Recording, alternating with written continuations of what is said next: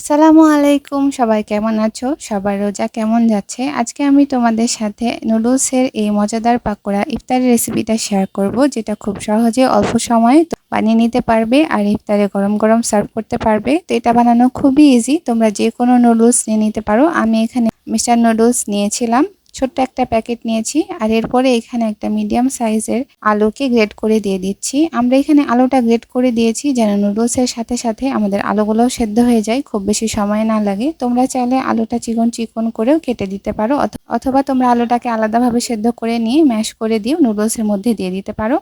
আমাদের নুডলস আর আলুটা সেদ্ধ হয়ে গেলে আমরা পানিটাও শুকিয়ে নিচ্ছি যেন এটার মজা মজা ভাবটা খাবারের মধ্যেই থেকে যায়। এরপরে একটা পাত্রের মধ্যে নিয়ে আমরা আগে ঠান্ডা করে নিচ্ছি যেন এটা আমরা মাখাতে পারি। এখানে দিয়ে দিচ্ছি একটা বড় সাইজের পেঁয়াজ কুচি, বেশ অনেকগুলো কাঁচামরিচ কুচি। এরপরে দিয়ে দিচ্ছি ডিমের কুসুম, এখানে তোমরা চাইলে গোটা ডিমও ইউজ করতে পারো। এরপরে দিয়ে দিচ্ছি সামান্য একটু ধনিয়া গুঁড়ো, জিরে গুঁড়ো, সামান্য একটু হলুদ গুঁড়ো, লাল মরিচের গুঁড়ো আমরা অল্প করে ইউজ করেছি যেহেতু আমাদের কাঁচামরিচগুলোতে অনেক বেশি ঝাল ছিল।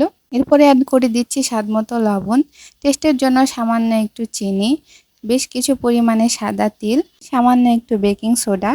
আর এরপরে বাইন্ডিংয়ের জন্য 1 থেকে 2 টেবিল চামচ পরিমাণ ময়দা অ্যাড করে দিচ্ছি আর ভালোভাবে সবগুলোকে একসাথে মিলিয়ে নিচ্ছি। এখানে তোমরা প্রয়োজনে পানি বা আরও বেশি পরিমাণে ময়দা বা চালের গুঁড়ো দিয়ে এই মিক্সচারটা তৈরি করে নিতে পারো। আর এটা সবগুলো মাখিয়ে নেওয়ার পরে এটা এরকম দেখাচ্ছে।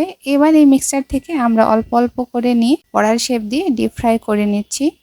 এখানে ডিম দেওয়া হয়েছে সেজন্য তেলটা এরকম দেখাচ্ছে। একটুক্ষণ পরে আমরা উল্টেও দিচ্ছি আর এটা তোমরা মিডিয়াম আঁচে ভাজবে, তাহলে ভেতর থেকে একদম রান্না হয়ে যাবে, একটা সুন্দর কালার আসবে। আর এই তো কিছুক্ষণের মধ্যে আমাদের মজার মজার নুডলসের পাকোড়া রেডি। আর এটা খেতে কিন্তু খুবই টেস্টি হয়েছিল। এটা বাচ্চা থেকে বুড়ো সবাই অনেক পছন্দ করেছে, মানে ফালাক বেশি পছন্দ করছিল আর কি। এখন তোমরা গরম গরম এটা ইফতারে সার্ভ করো আর এভাবে ট্রাই করলে আমাকে জানাতে ভুলবা না কিন্তু। এই তো ছিল আমার আজকের ভিডিও, দেখা হচ্ছে নেক্সট ভিডিওতে। সবাই ভালো থাকো, আল্লাহ হাফেজ, টাটা।